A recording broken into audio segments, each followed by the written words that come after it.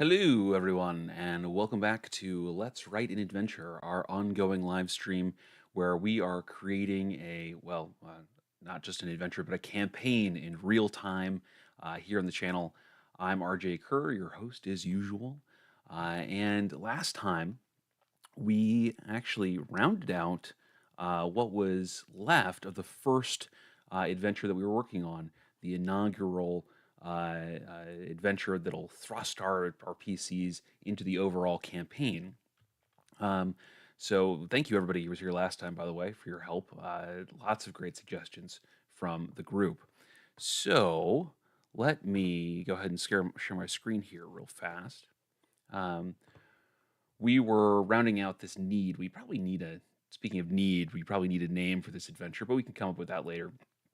Um, but we had rounded out this adventure where the party is kidnapped by a faction led by the Aboleth. They're briefly enslaved, but freed from their enthrallment by the intervention of an agent from a Slod-led faction, or at this level, kind of a mysterious agent. The characters then have to escape this excavation site where the Aboleth is cultists are excavating, looking for a lost artifact of great power.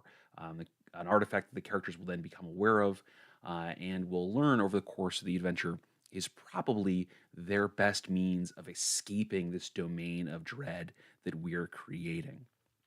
Um, so today, since we've kind of rounded out our first adventure here, I thought we might backtrack just a little bit and get into what would be known in our story circle section as the U part. Effectively, this is our exposition. This is kind of what information we need to set the stage for our adventurers as they show up and engage with this domain of dread. How do they get into the domain of dread? Where do they find themselves first? Kind of how do they find their footing? We talk about them getting kidnapped in the first adventure, and so we probably need, a place for them to get kidnapped from, things like that. So, as always, when we're starting off with a new section like this, we're going to focus on kind of brainstorming to start and doing some raw free writing. So, as always, if you have your own ideas as we go through, please chime in, toss them in the chat. I love to hear from everybody, and I love how collaborative we are here at building this domain of dread that we're working on, which also will eventually need a name. It occurs to me.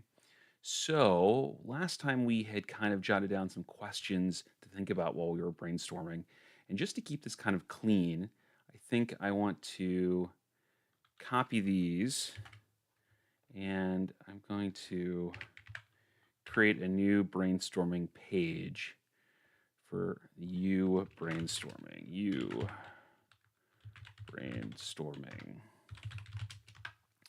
And we'll put those questions down here. Because for those of you who have been with me before and have seen me kind of brainstorm, it's a very loose, free writing kind of process that I like to use. And we're just kind of talk and type our way through this as we go. So we have done a little bit of this up front in our initial brainstorming for the overall campaign when we were kind of coming up with the idea that we're going to be feeding on.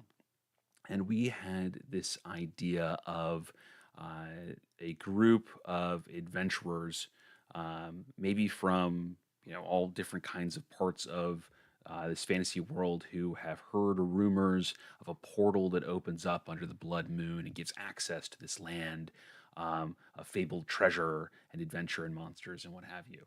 And so, we have the kind of a rough idea to start with here. And so I really kind of like that as our, since this is a domain of dread, kind of our myths of Barovia kind of entry point. I especially like something like this because I don't like to require my players to have a reason that they all know each other at the beginning of an adventure. I think part of the fun part is, sort of them being kind of thrown together and having to learn about each other's characters kind of in real time, as opposed to showing up with a, well, they've been friends since they were little kids. Uh, and just so happens that all five of the adventurers met each other in kindergarten and have been inseparable ever since. And if you want to play an adventure like that, there's nothing wrong with that. But I think it's fun, especially especially for the players, if everybody only kind of knows a little bit about each other and they kind of have to peel that onion and learn about the other characters through role play in game. So having something like this Blood Moon portal that could open up at different points in the world. That our characters could be, geared up for adventure. They could be waiting for it. They could be looking for it, and then they could step through in whatever different place of the world that they're in, and end up in this same um, starting point within our domain of dread. I really like that. So let's start with that, and let's see what we can come up with from there. So, um, legends tell of a uh, mysterious portal that opens up beneath the Blood Moon. A unique and rare evening during which the full moon turns blood red in the night sky. The legends say portal leads to a. I've already used mysterious. We're gonna use something else.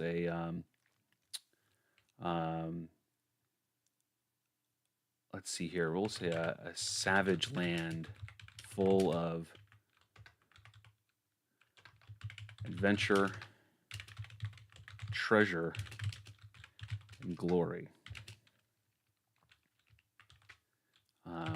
The old tales suggest that only brave of heart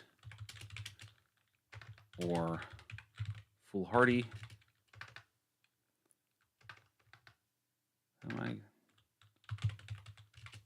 I must be misspelling that.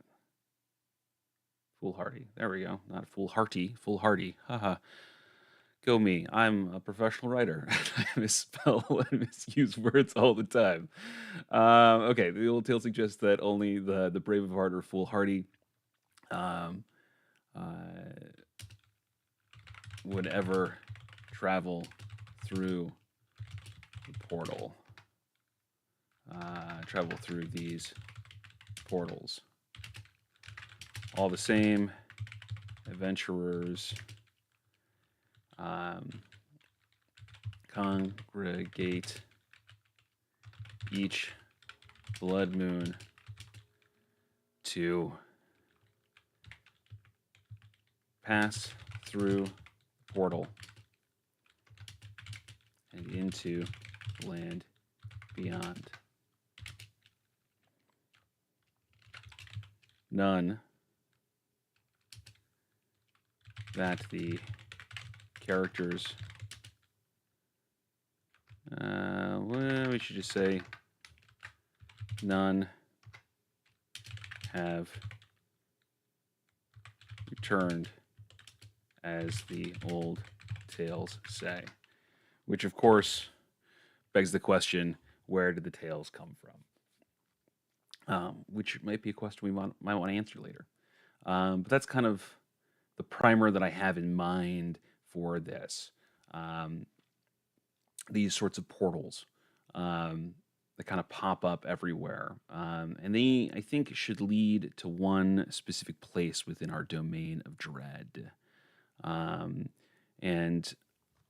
I think last time, we talked a little bit about that appearing in or nearby a settlement of some kind of village. One of the villages that we've kind of brainstormed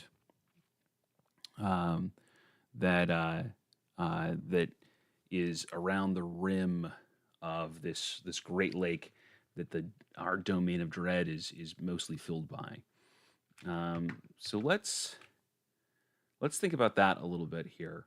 Um, because I want to think about that as kind of like two sides of an event, right? You have kind of our opening vignette with the portal, and then we have where it ends up, and then what we'll do is kind of think about um, where kind of how is this going to how are we going to frame this quote unquote emotionally and story language, how are we going to frame this to kind of set up the atmosphere that we're trying to create for this adventure.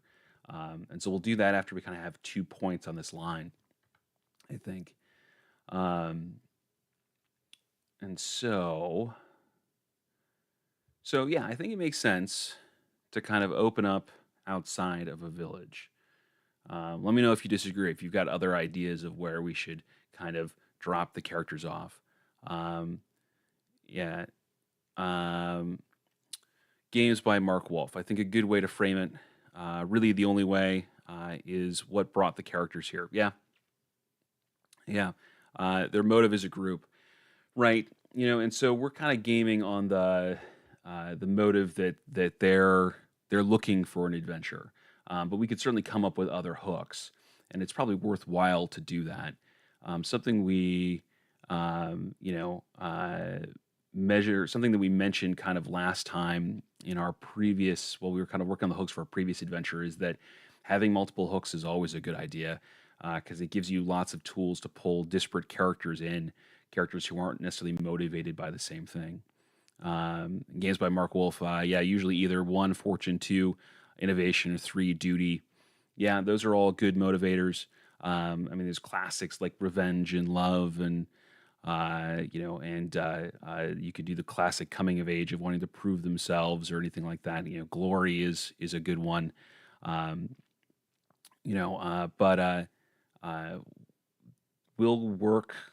It's a really good point that we need to kind of come up with some of those hooks to let our players kind of hook themselves onto, as to why they would go through these portals. And yeah, right now is probably as good a time as any is to kind of work on some of that. So let's let's put some ideas down. Um, yeah, I'd say those are all seeking one's fortune, can be abstract or literal. Yeah, a reward of some variety. You're quite right. If, physical or metaphorical, is fortune. The same as death stakes are anything that's important to the character, enough that they're willing to risk their life for it. That kind of deal. All yeah, all good story speak. Um, so let's come up with some hooks. Let's brainstorm some hooks. Let's say, why might the characters venture into these mysterious portals in the first place? Question mark. Individual general motivations include, maybe, let's see what we said. We said fortune,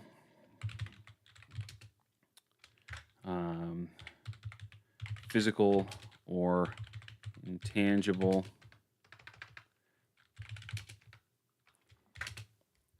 Ooh, spelling today. Intangible. We said, I'm going to say exploration instead of innovation, but I mean kind of the same thing, the pursuit of the novel. And duty. Put those down here. We'll capitalize fortune. It's kind of a thing. Keep that consistent here. Yeah, so another good lead is, of course, the plot. What's the villain done that calls the heroes here for adventure? So the way that we've built this up here, Mark, this campaign, as we kind of have it structured, is our villain isn't so much impacting the world in which the characters come from. It's more of that they find themselves in this world and then realize that they're trapped here. And it's more about escape, and that our villain is more a manifestation of the physical elements of this world. than anything else. And we actually haven't even introduced the main villain yet. We've really only introduced our our sort of our faction villains. Some of the smaller categories are Aboleth and our well, pretty much just our Aboleth. We still have to introduce our Slod led faction later. Um, so as far as we're looking for and getting our adventurers in here, uh, we're looking for reasons for them to willingly bring themselves through here.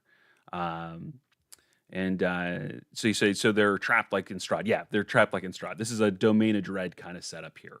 Um, and so it's not so much the difference being that I want them to willingly um, and instead of it being kind of like the Mists of Strahd, where it's like one of the hooks is you're camping out in the middle of the night and you wake up and you're in Barovia. You know, I was as far as the hooks go, and since we're kind of talking about those right now, I was thinking of ways that this world's almost like a pitcher plant. You enter it willingly and then realize that you can't escape, and that the adventure is about escaping. And I think pitcher plant is actually one of the brainstorming things we came up with when we were initially conceptualizing this campaign. So I hope that kind of explains where we are at the moment here. And we are, to your point, yes, still very much figuring out kind of the initial pieces of this. We've come up with the first adventure, and now we're coming up with sort of how they've ended up in the situation where they get kidnapped. Um, so, XMech, I saw you were live. Still need to go back and watch the prior videos. Great series for sure. Thank you so much. I really appreciate it. And I hope you find value in this. I certainly enjoy doing this with you all. It's a lot of fun. Um, see, Mark, maybe the characters see something in a dream. They all see the same thing. That could lead them to choose to go to the same place. I actually really kind of like that idea. And it's similar to I wasn't thinking about hooks to get them into the world, but I was thinking about clues to find this artifact of power that they eventually need to discover to get out of this domain of dread. And I was thinking that visions, going to specific places and having visions, and yes, before you say it, very much Breath of the Wild inspired that thought process for me. But going to specific places and having these visions that could give them clues as to where this artifact might be uh, located. Um, and But I really like that dreams idea, Mark. That's a good one. Uh, and hey, thanks, Amanda. Glad you agree. Um, so let's put that down here. Let's not lose that. That's a really good one. Dreams and visions. Um, Dreams. So let's say um, perhaps a collective dream calls them forth into this domain of dread, um, like a lure from a predator looking to feed on adventurers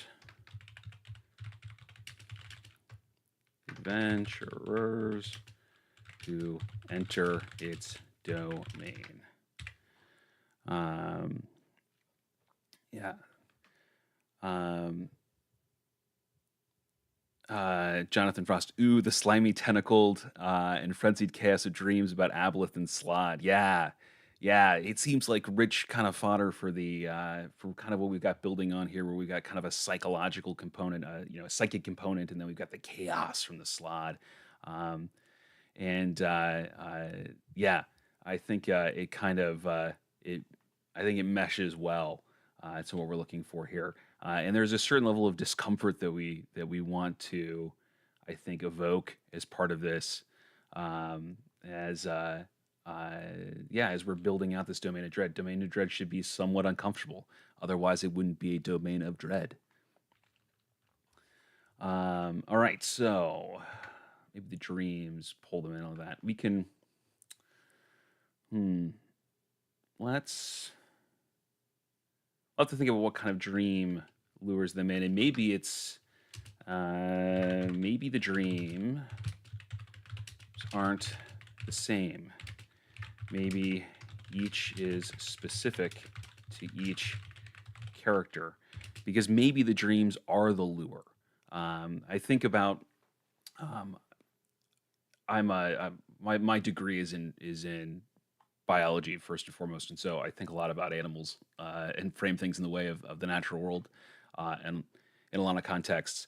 And one of the things I think about is anglerfish, these sort of deep sea predators, and they've got the little light uh, that that they kind of dangle literally as a lure to kind of draw in prey. And I kind of think maybe these dreams are kind of like that. Maybe they are specifically lures of fortune, exploration, duty, whatever it is that motivates a specific character, and they're designed to make they're the evil entity at the center of this our elemental villain at the center of this domain of dread. Maybe it's its tool for pulling people into its world. Um, I always wonder if sea turtles dream about their spawning beaches. I don't know. That would be cool if they do. That's a that's a shower of thought for sure, Mark. I'll have to ponder that. I wonder if they do. Um, but yeah, so maybe those dreams are a lure and they're customized to the individual. Um, think about that. I'll think about that.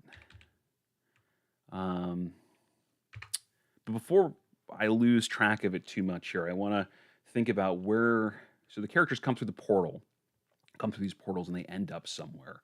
And I'm thinking that they end up um, in a town or outside of a town. The portals lead to just outside the same town. And I imagine that it's set in the ruins of the prosperous, I should say, of the once prosperous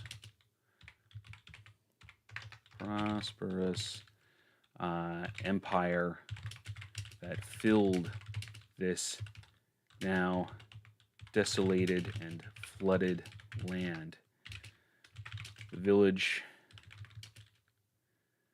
is built on the rim of the enormous inland sea formed by the central crater in this domain of dread.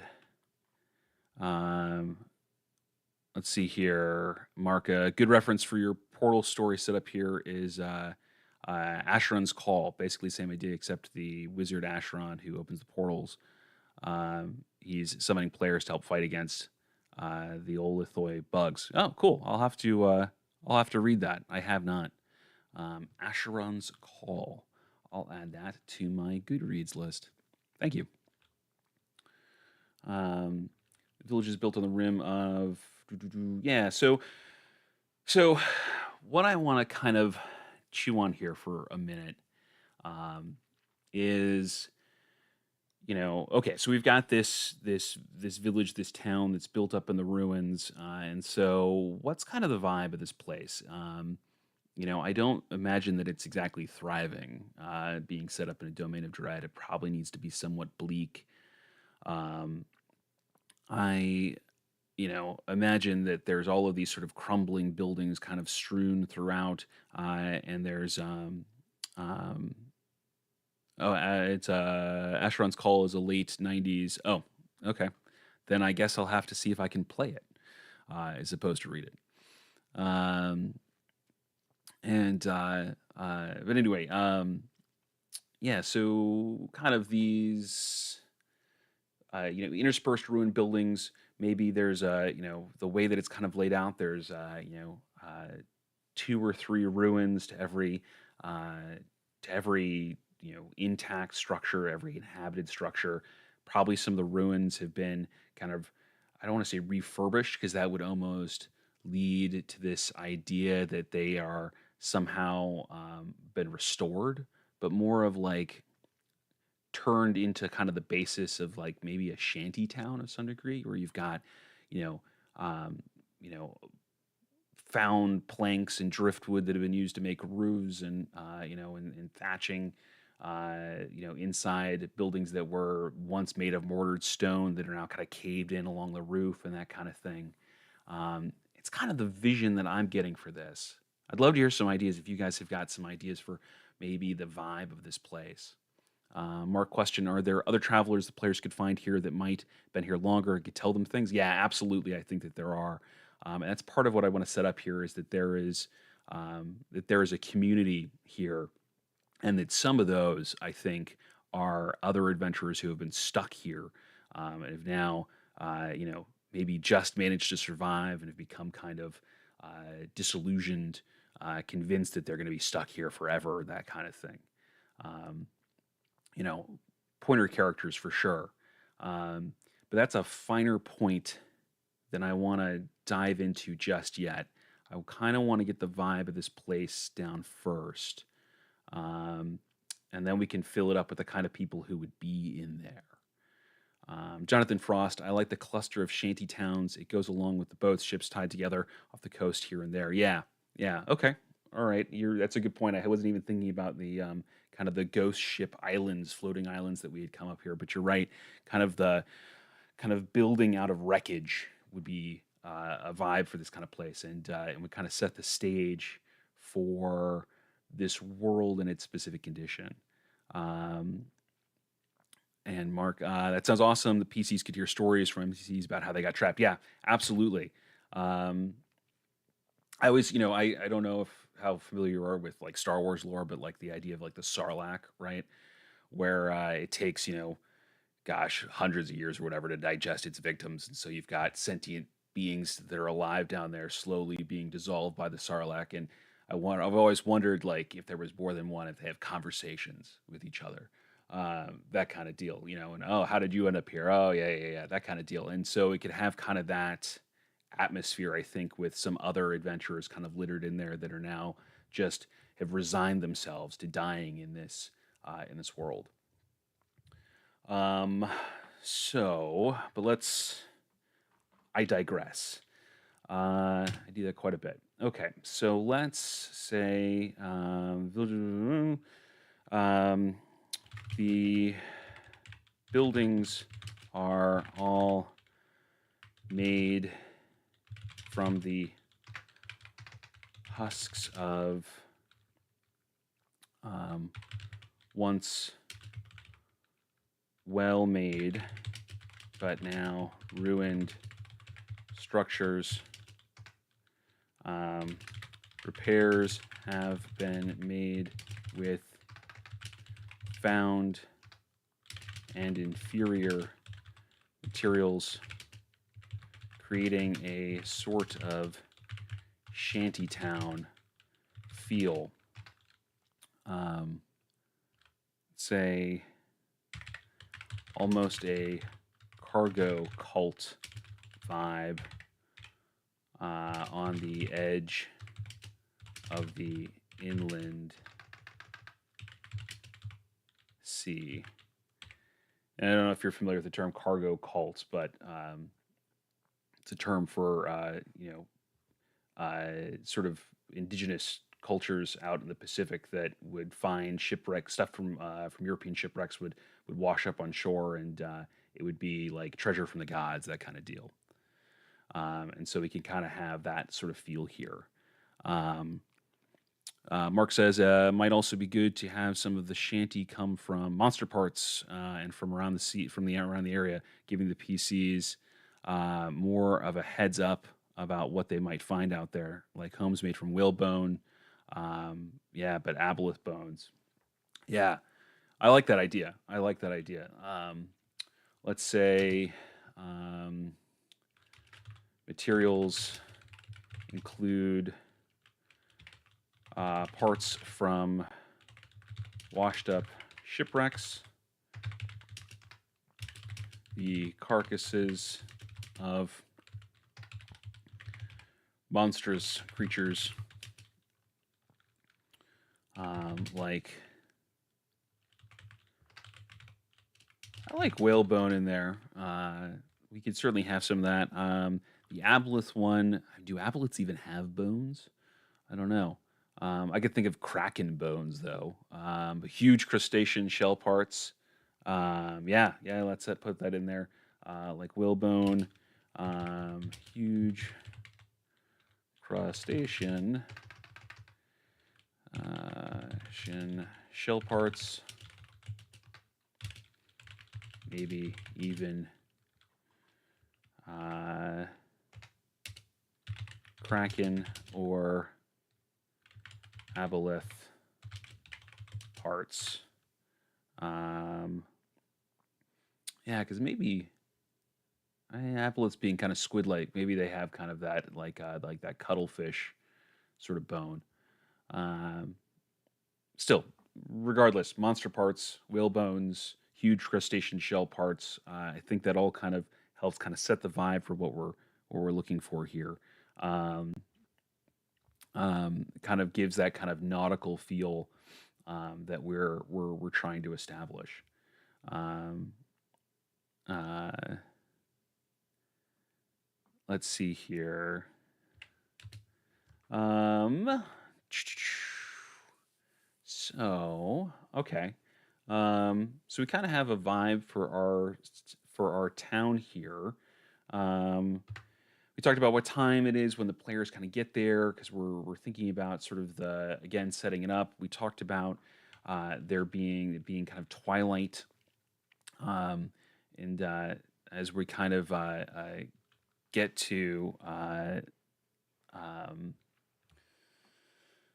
kind of that milky that milky twilight. Since this place has not got much in the way of a meaningful sun, as we've talked about. Um, so let's talk. Let's put that down.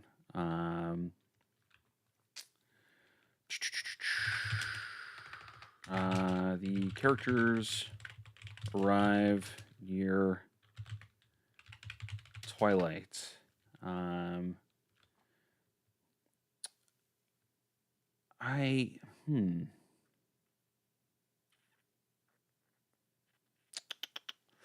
characters near twilight.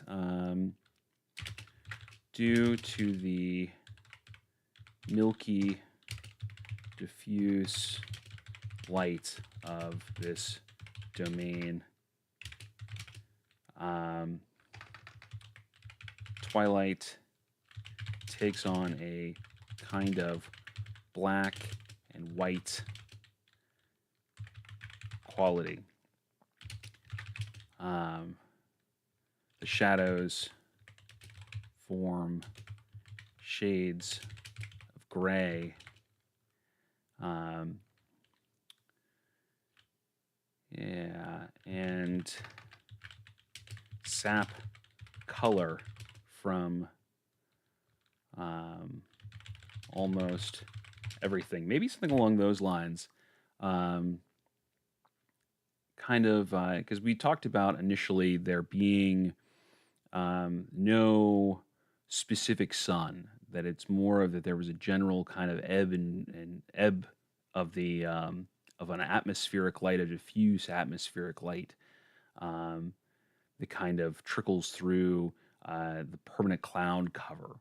And if we have kind of a dim, dark sun that fills this place, it could under certain lighting conditions kind of sap the color from this world and make it a very black and white and graying sort of place.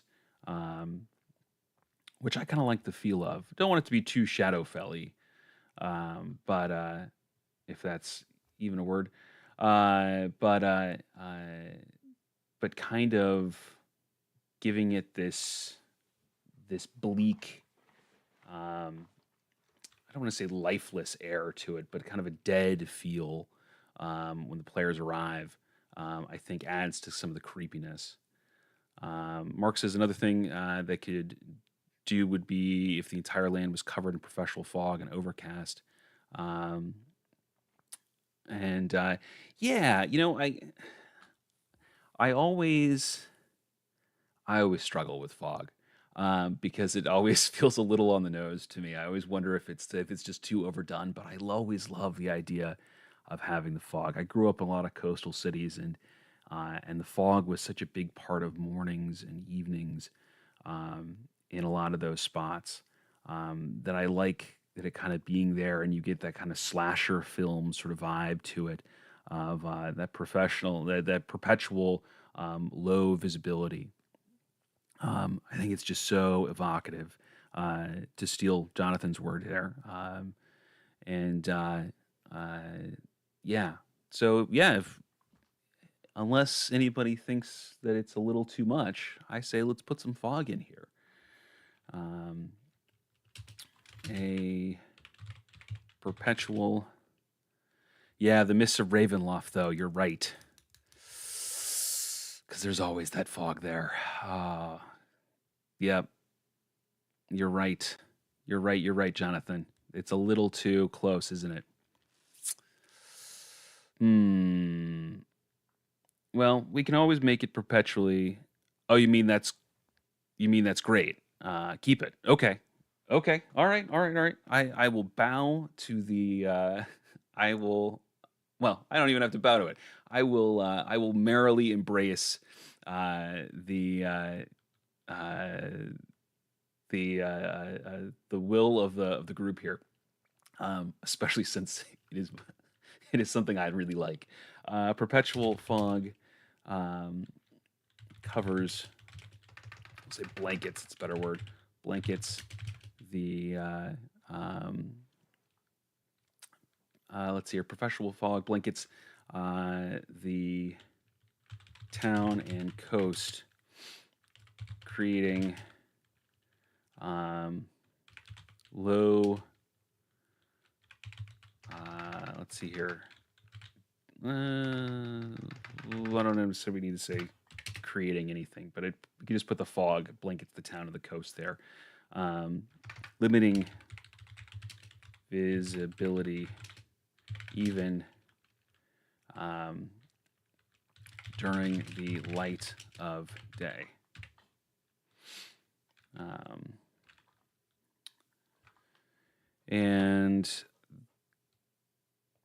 washed out colors, as Jonathan mentioned earlier, is a better term for what we're trying to do here. So let's put that in here. Washed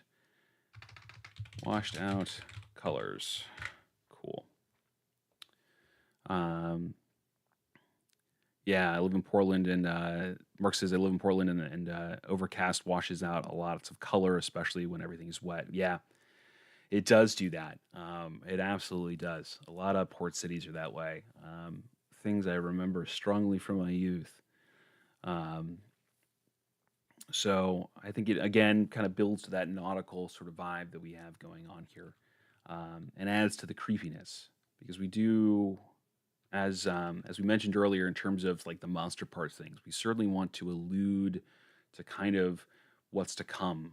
This opening sequence is a good place for a lot of foreshadowing, and that's a big part of what we want to do as we kind of set up this initial vignette. Um, so let's, now that we kind of have the vibe down, let's talk a little bit more about the kinds of characters, the kinds of, I don't necessarily mean individuals, although we certainly could if we drill down that specifically. But I was thinking, what are the people here like?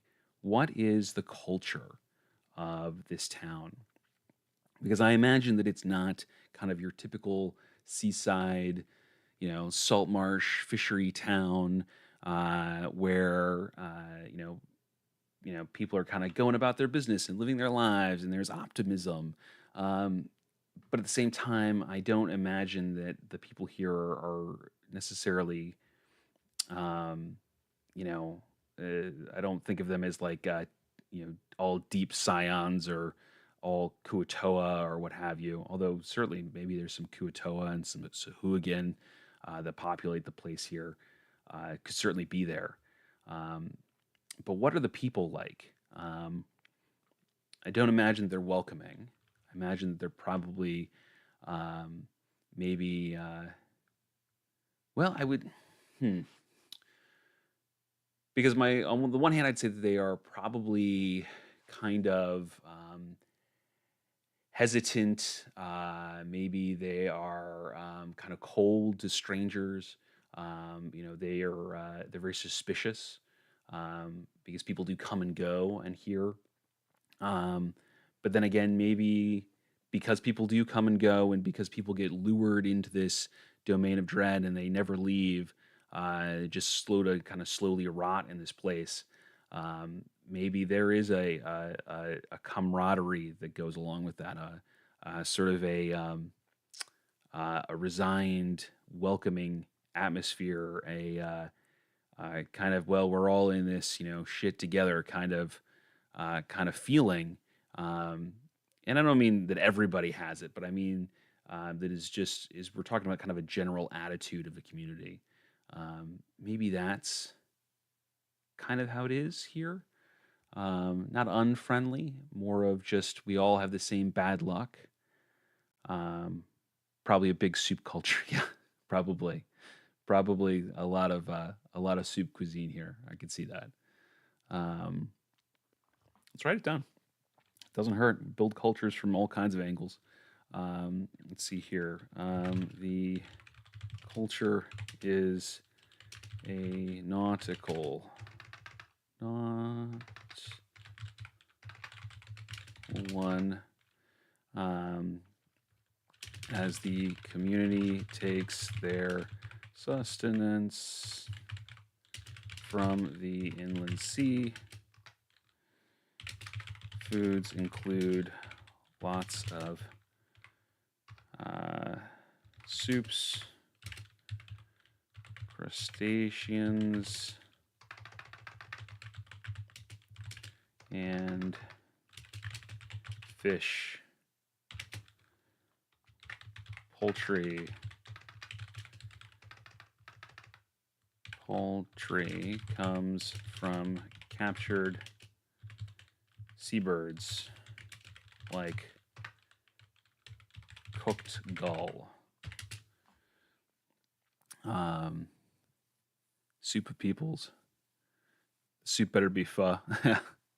A typical member of the jovial gregarious race could be characterized as the opposite to illustrate the mood. Yeah, Jonathan, you're right. Having foils in here is useful as well. There could be, a forced levity.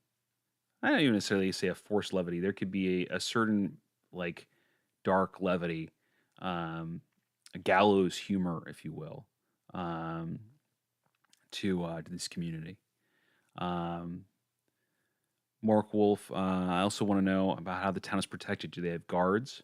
It's a good question. Are they walled? That's, I would imagine, think about the dangers of this place. I would, I would say they probably have. There's probably, hmm, that's a deeper question because then that comes down to what kind of government do they have, right? Do they have the organization for a town guard?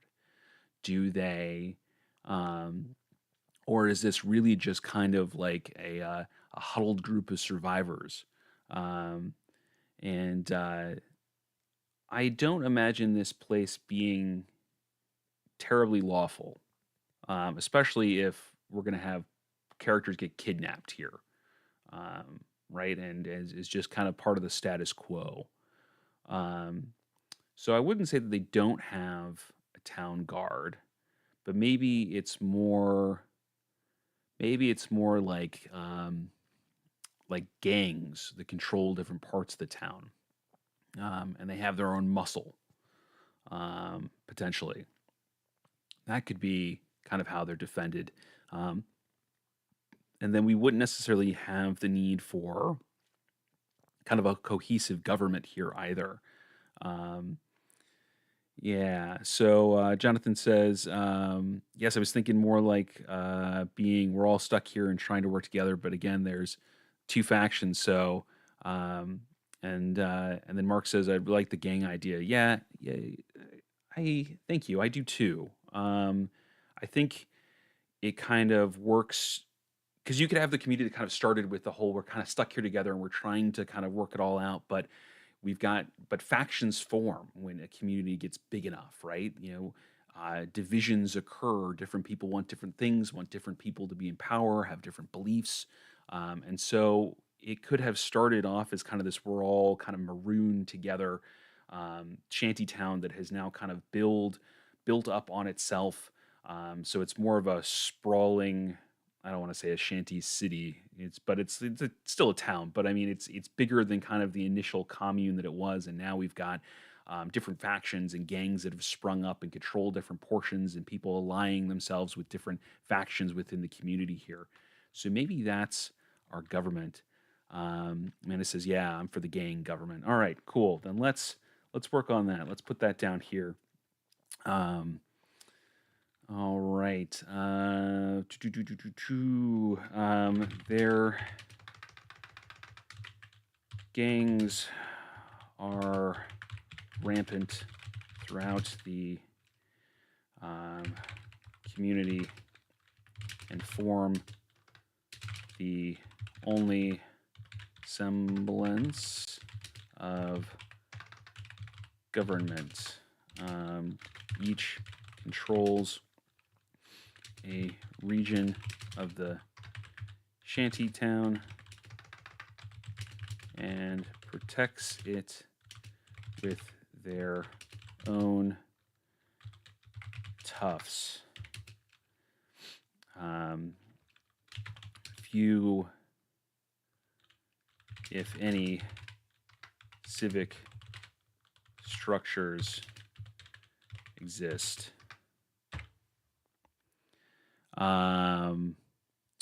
Mark says they could have started as a ship's crew or adventuring parties that got stuck there, but had enough resources to establish power. Maybe they control something vital in the town. Yeah, despotism.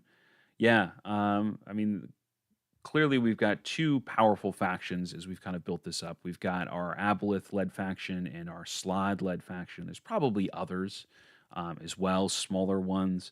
Um, Definitely the idea that maybe there's something important in this town, some vital clue, I think is useful, especially um, as we kind of get into some of our other adventures, as the characters are looking for the artifact of power, trying to escape. Um, maybe, um, yeah. Let's put that down. Let's the town holds a secret of some kind. Something important to the characters and their quest to escape. This secret is controlled by one of the more powerful gangs within the shanty town.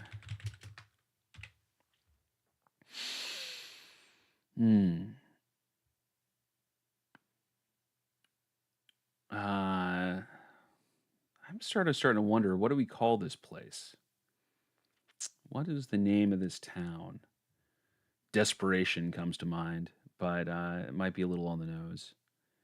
Um, let's see here. Mark says maybe it's the trope where the villains get the townsfolk to do their bidding by promising them a way out of the town. Maybe, maybe. Um, Named Darkport. Yeah, we could do Darkport. Call it Darkport for now. We'll see if we've got come up with some other ideas too. We can vote on those.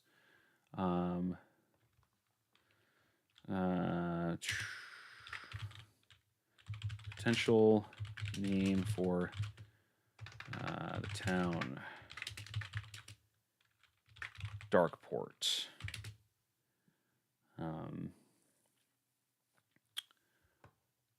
Let's back up a bit here and let's talk a little bit again about the culture just a touch. So it's probably kind of a rough and tumble, piratical sort of culture in a lot of ways.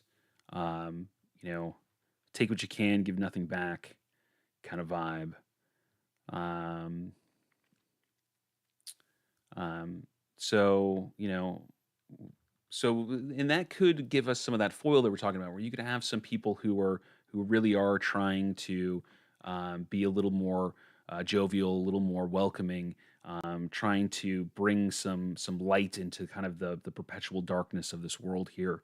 Um, and so you can have people who are surviving in this place, but really want the best for others, and then others who are a little more predatory.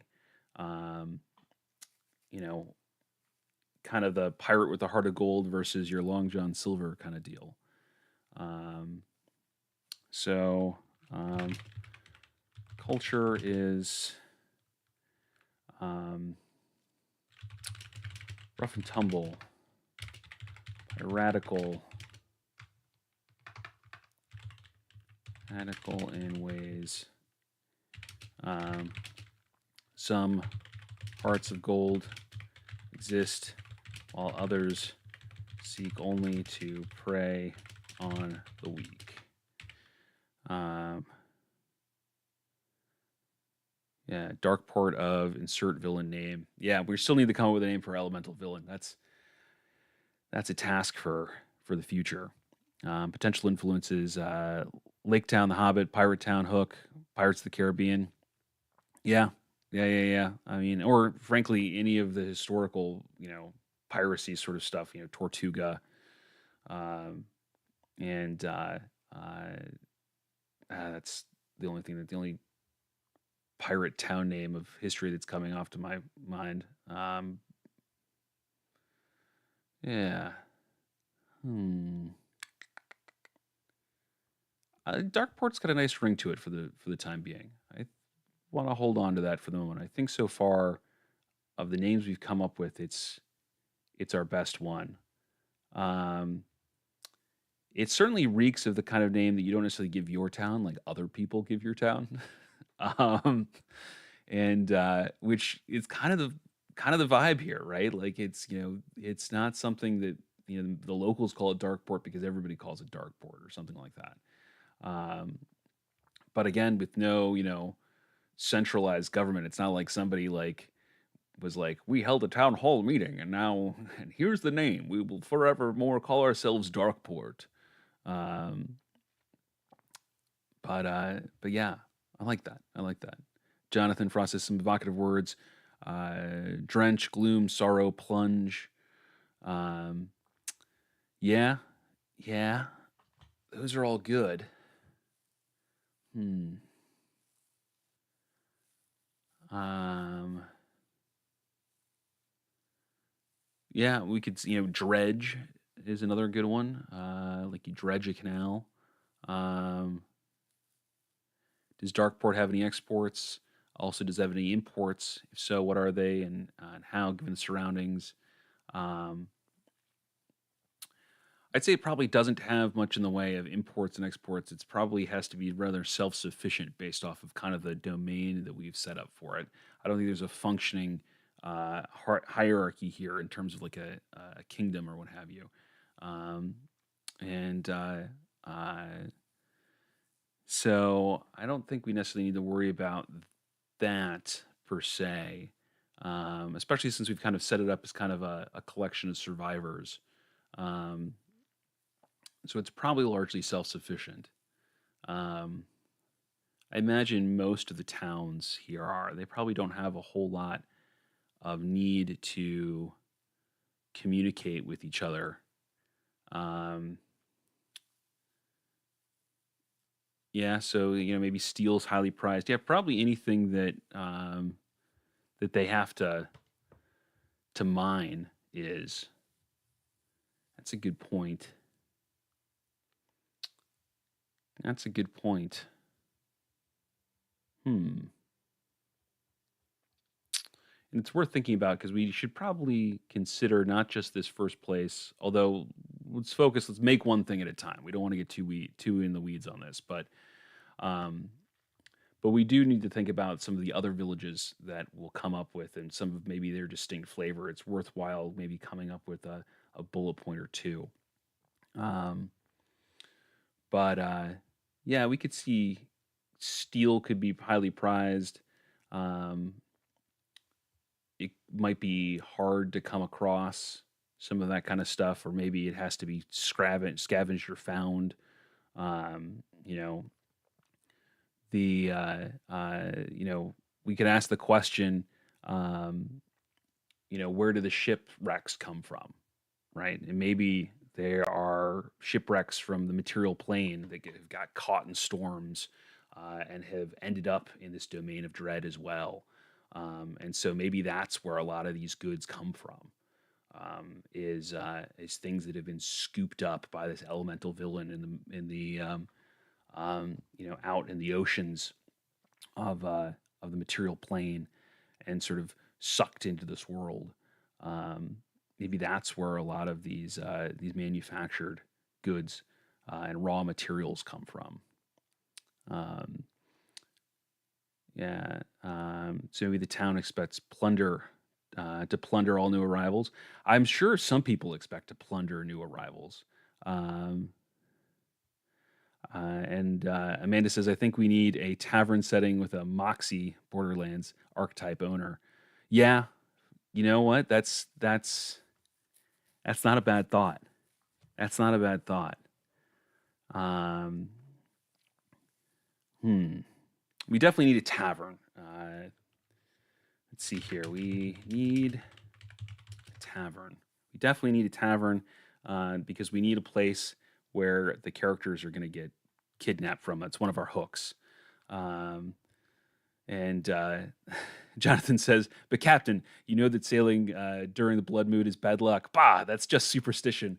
You know, I yes, absolutely. I could 100% see some people doing that. Um, Amanda says this campaign reminds me of Borderlands, just more water. I'll be honest, I have not played much in the way of Borderlands. So yeah, there could certainly be some similarities there for sure. I'll have to do some research into that. Um, but speaking of needing to do some more research on various topics here, we are getting to our time here, and my goodness, I really appreciate all the input that everybody's put in tonight. We've had a really active chat, and I think we've come up with some good ideas and a lot of thought-provoking questions for what we might need to kind of work in here to really flesh out this community. I think we've got a lot to chew on here for this session. So, thank you everybody so much for jumping in and helping out today. I really enjoyed this creative time with you all. I know I say that at the end of every session here, but it's so much fun to have this sort of time to be organically creative with you all and to see what ideas you all come up with because you've got such creativity out there with everybody. So thank you again for joining me. So we're gonna go ahead and wrap up for tonight. We will stream again next Monday, and so that is what the 23rd. If you're watching this in real time, December 23rd. So we'll do another stream then. Hopefully you'll join me then, and then. As always, I will do my stream on Wednesday. Always looking for new topics for that. That's a chattier stream. It's less about creating an adventure and more about just kind of talking about TTRPGs. Little shorter format, so 15 to 30 minutes, something like that. And I would love to hear if you've got some topics you want me to cover. I've been kind of going back and forth for what we're going to do on Wednesday, so I'd love to have your opinions on it. I've been thinking about one topic is kind of my take on some of the best virtual tabletops out there. I do a lot of DMing with virtual tabletops, and what I like is one option. Another option maybe is talking about leadership at as a DM and kind of tools that you might use to keep a group together and kind of manage party conflicts and what have you. Still kind of amorphous ideas there. I'd love to hear if you've got a preference for me to do or for some other idea you'd want for me to cover on Wednesdays. But again, thank you so much. And thanks especially to Jonathan, Mark, and Amanda. Thanks for jumping in with all of your comments and chat today. I really appreciate it. Thank you, Nico. I appreciate you joining us. Thanks for thanks for being here, everybody. All right. Well, I think I've said thank you about a million times, so I guess we'll go ahead and close out here. And I will see you all hopefully on Wednesday. And if not, I'll see you all on Monday.